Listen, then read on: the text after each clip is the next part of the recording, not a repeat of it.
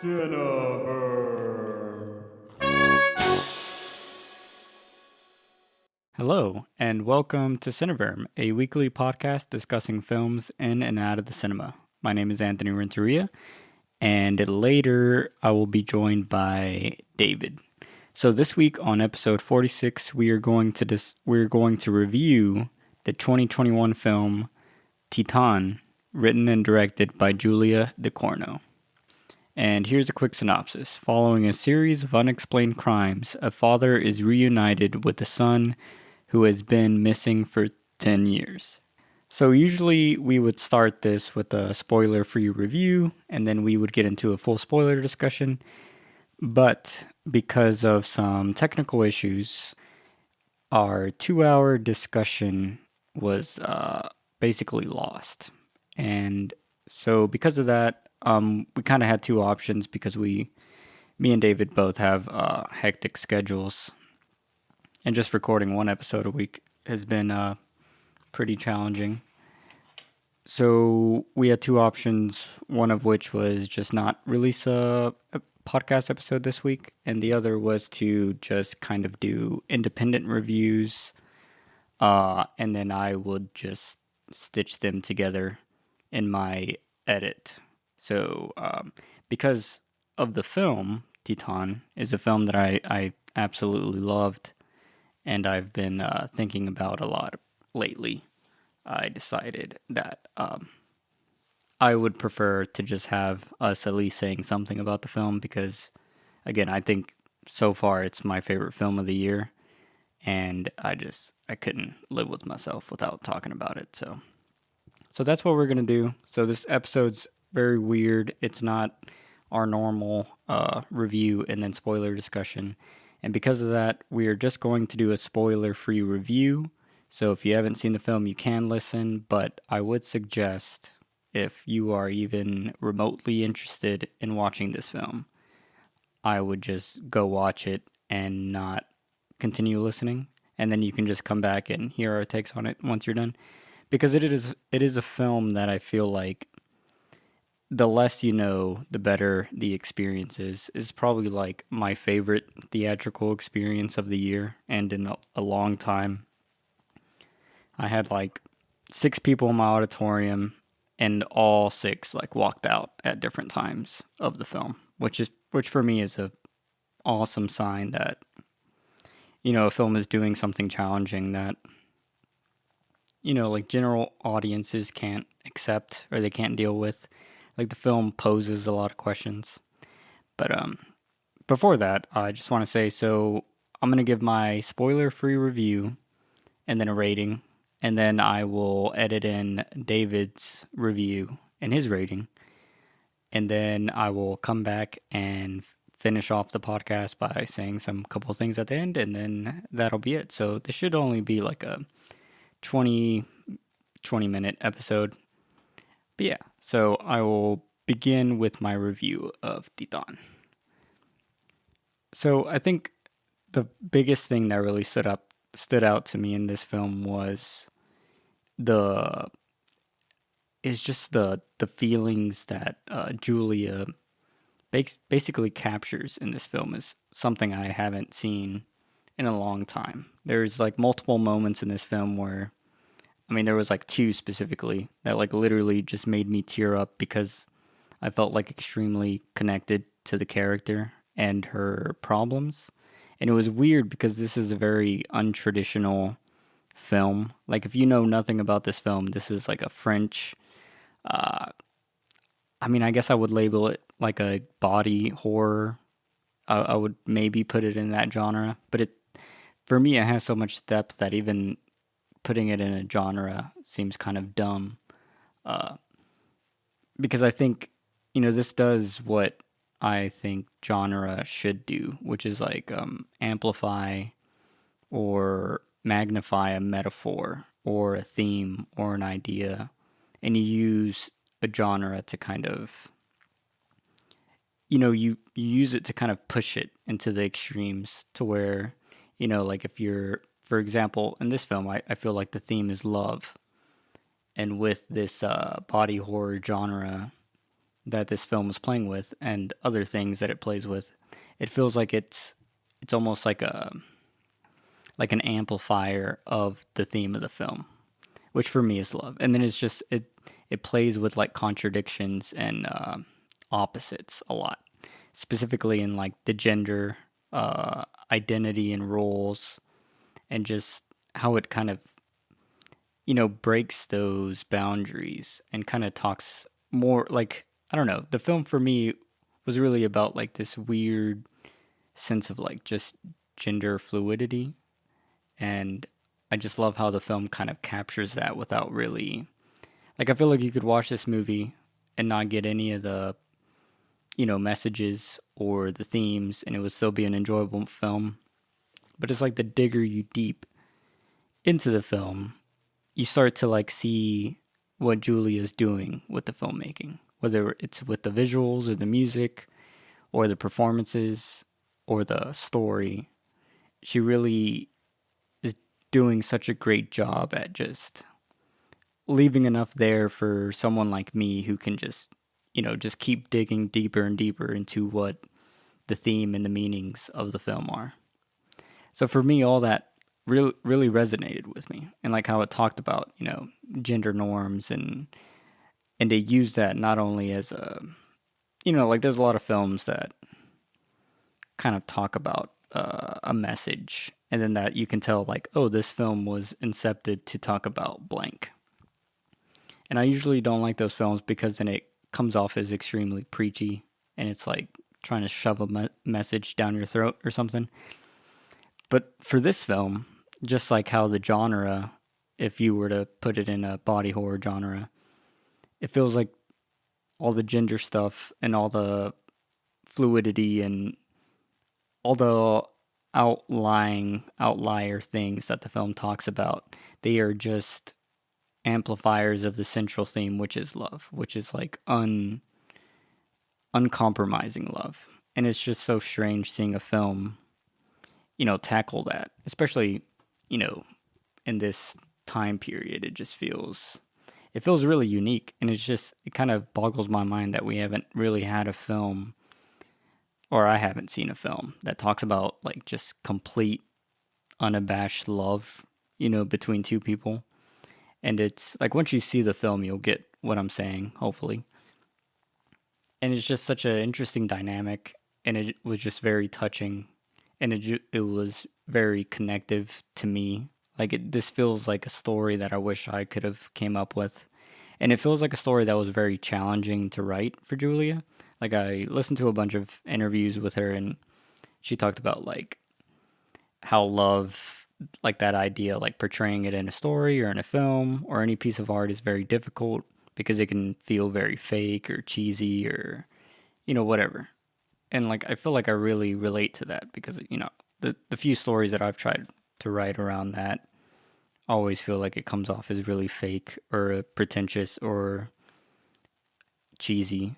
And somehow she does it in this film with a character who is completely unlikable in the first 30 minutes of the film, and kind of a evil person in the first 30 minutes. And it sets you up to kind of not like the protagonist of this film, who is played wonderfully by the actress.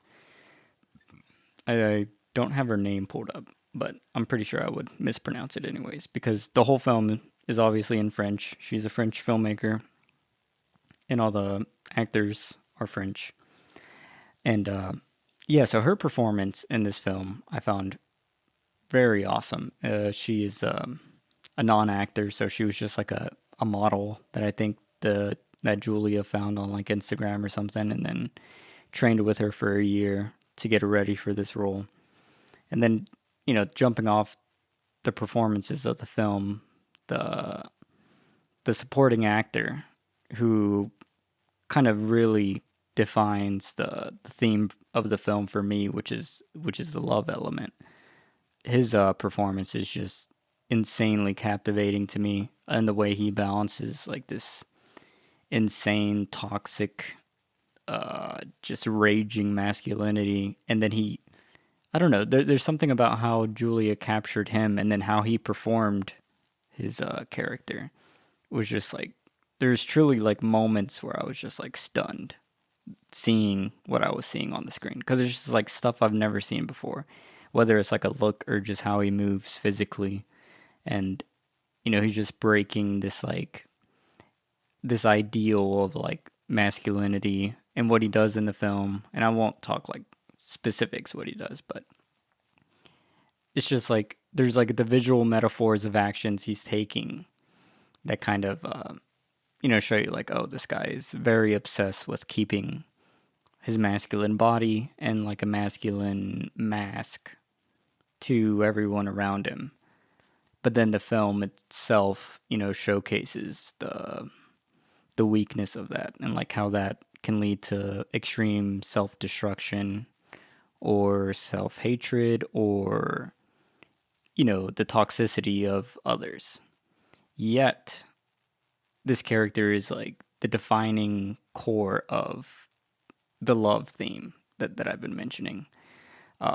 So it's just so awesome having like a character just be so multifaceted, and I feel like his character and his performance all amplify that, and then Julia's directing amplify it as well, and then just having him and the main actress, bounce off each other. It's just it's so beautiful to see on film. What else do I have to say? So yeah, and then the visuals with Julia's eye is just awesome. I haven't seen her first film, which is I think called Raw.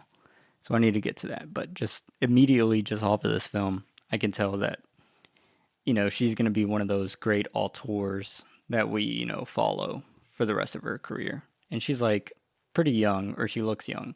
So I'm very excited to see how and what she does with her future filmography. And I can't wait to like go back to her previous film or short films or whatever she did before, just to kind of get a sense of like what her style is, and if she's been like what her trajectory is. Like I'm always like fascinated with like seeing how directors grow or like change their visual eye, or their tastes kind of evolve with each film. So that'll be exciting.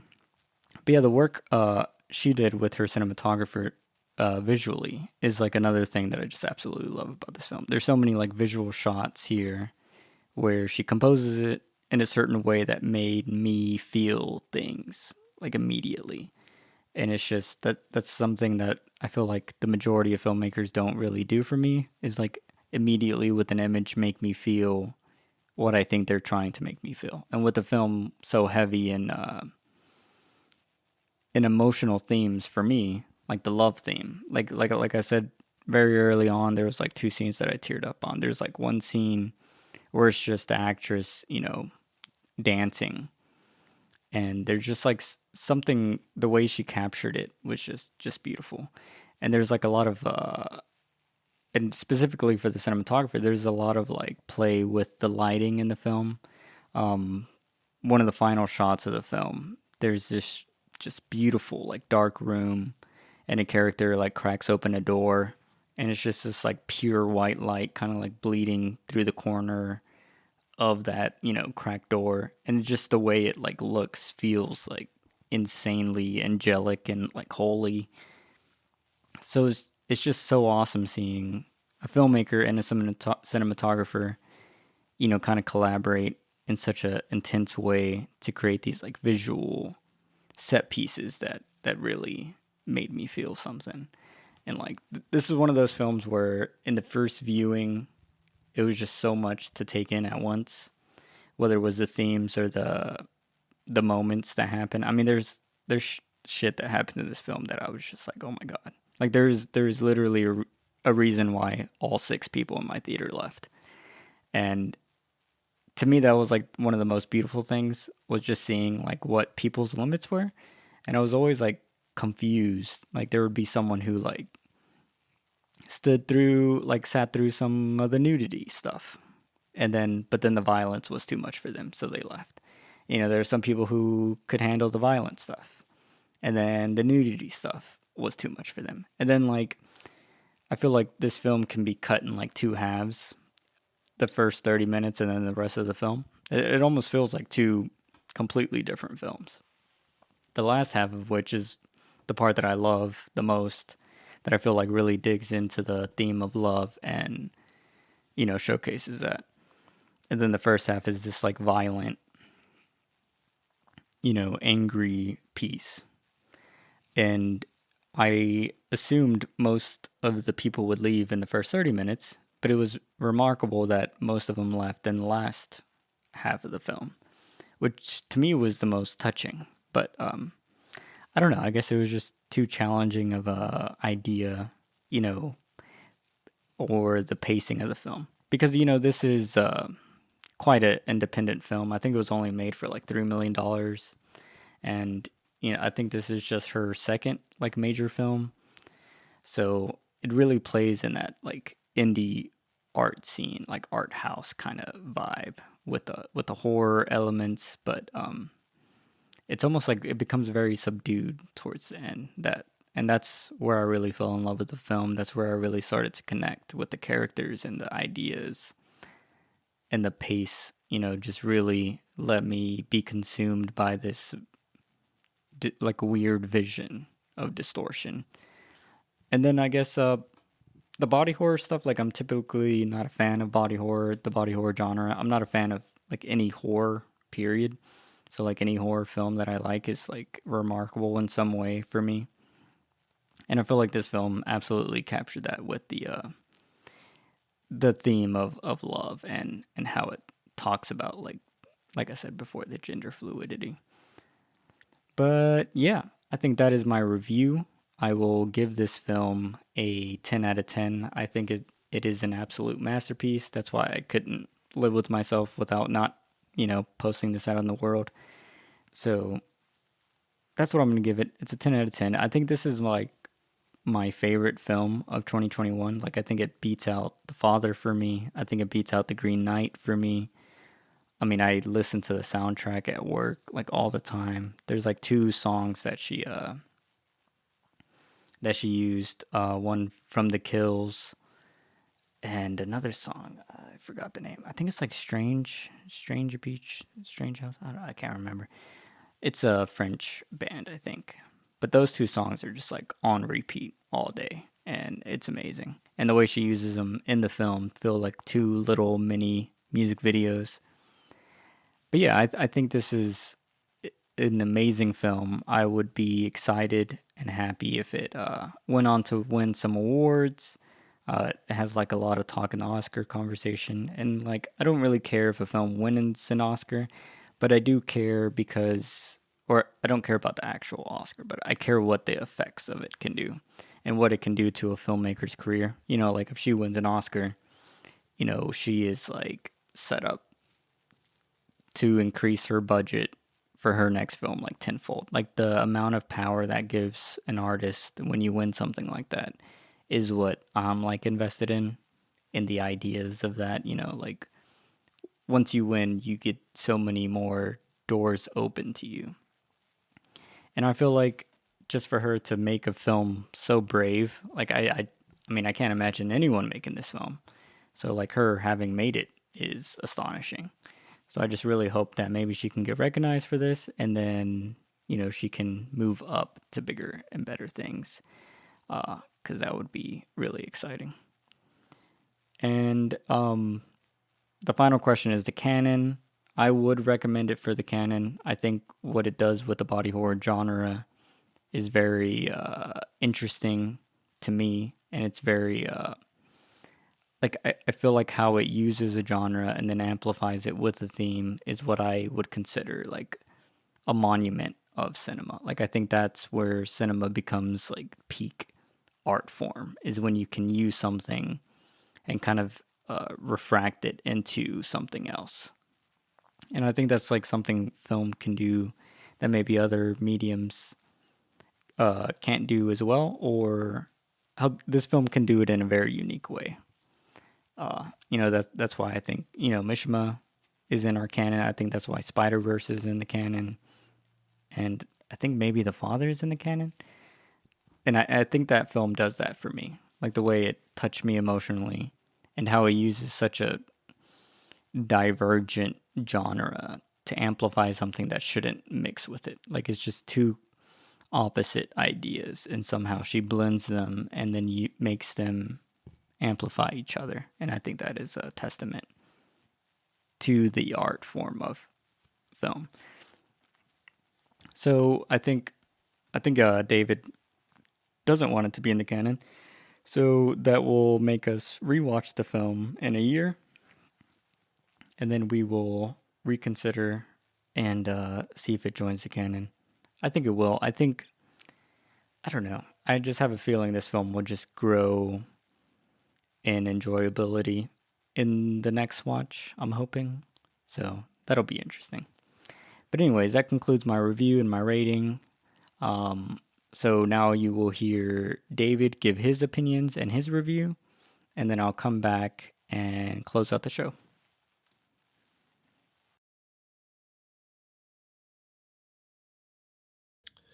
So, Titane, the first thing, obviously, that comes to mind after watching it is how intense it was. The first 30 minutes are like a roller coaster. Well, not really a roller coaster. It's more like it's just like someone hitting you with a hammer over and over again for like 30 minutes with violence. And I mean, the first thing that sticks out besides that is the main actress, Agatha Rosell, giving like a really physical performance throughout the entire movie.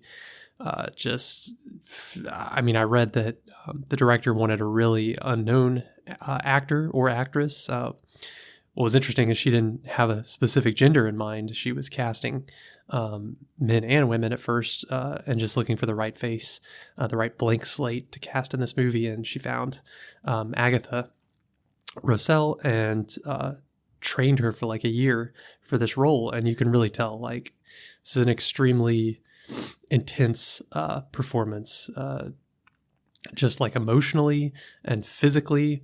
By the end of the movie, I was kind of afraid that this actress might have to go through some kind of therapy after filming this movie, maybe some physical therapy too, because it seemed really painful. I mean, some of the stuff, but I guess that's just, chalking it up to the good special effects and the good acting. But besides that, this movie does some really interesting things with the themes of gender, like masculinity, family, and then surprisingly, despite how intense and violent and weird the movie is, it's about unconditional love at the center, which is kind of interesting. That kind of leads me into one of the, I guess, main weaknesses of the movie is that the first 30 minutes are super intense, and then it does kind of slow down a little bit as the main character meets the main secondary character and kind of comes into his life, and it kind of focuses on them for the rest of the movie. And there's definitely tension and there's suspense about what's going to happen, but the pace slows down a little bit. And I kind of wonder if the movie would have been better if it had either kept that frenetic energy of the first 30 minutes throughout the entire movie, or just started off, with that kind of slower pace. The cinematography in this movie is always interesting, excellent. There's like a really great extended one shot at the beginning of the movie that's just kind of weaving through the actors in the scene, which feels really effortless. I think also the lighting just plays a lot into how great this movie looks. There's really weird lighting choices, like for instance in a bathroom scene, there's really intense purple light, but it makes the character's skin look really orange. So I don't know, just really interesting lighting choices. The music, there's several older pop songs in this movie that come in certain scenes. And I think Anthony was the one that told me that the director meant for some of it to act almost like captions for the scene. And I wasn't thinking about that at the time, but if I watch it again, I would definitely pay attention to that. I mean, the way the director brings together weird elements like the firefighting element with, I don't want to give too much away, but just in general, the firefighting element with cars and that whole world, and gender fluidity and all this weird stuff that she's bringing together, but it makes sense. The more you think about it, the more it all makes sense. It's not just random or like weird for weird's sake. She has like a specific vision that she's bringing it all together for. Other movies, well, first I'll talk about like a little weakness that I feel like of this movie, besides the pacing change, is maybe the characterization of the main character.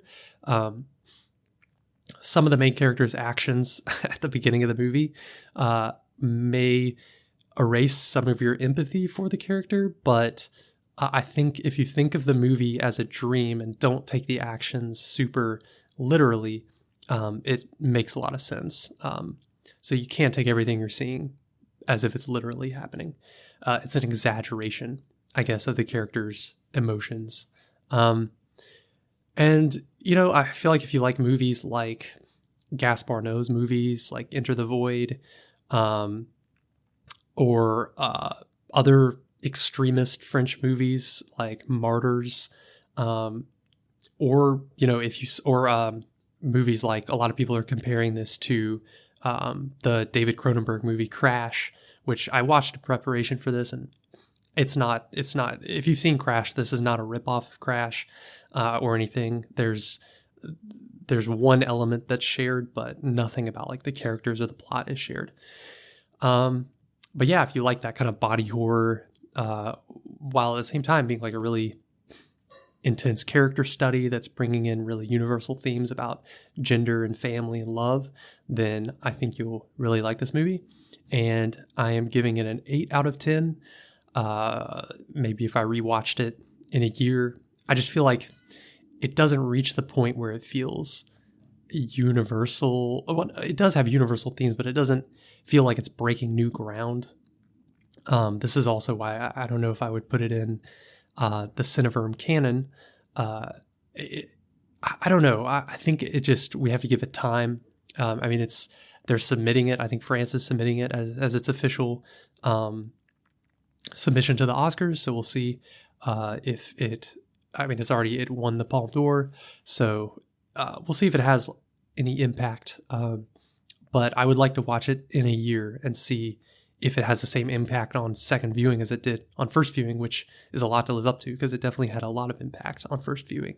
But yeah, for now, 8 out of 10, not canon yet, but it's a great movie and definitely recommend seeing it, not reading anything else about it, and seeing it in theaters if you can. So that's it for now. See ya.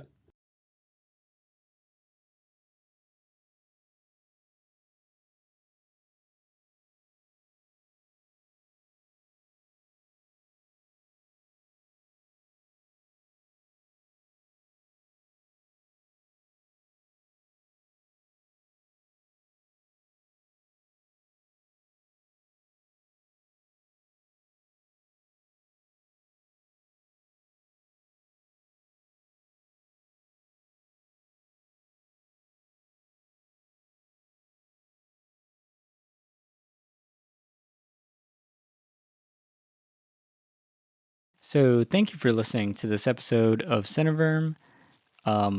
We would be grateful and humbled if you could leave us a review with your thoughts or comments, and if you could share us with your friends or family, as that helps us in our journey to spread the love of cinema. And you can follow us on Facebook, Instagram, Twitter, or email us any questions or concerns or comments at cineverm@yahoo.com. And you can check out our snazzy website at cineverm.com, where we also have written reviews. And if you like comics, you can check out Comic Verm, a podcast where I review comics with Jeffrey Carroll. And speaking of him, he also has another podcast called The Back Bedroom. So go check that out and tell him I sent you. It's the funnest podcast on the earth.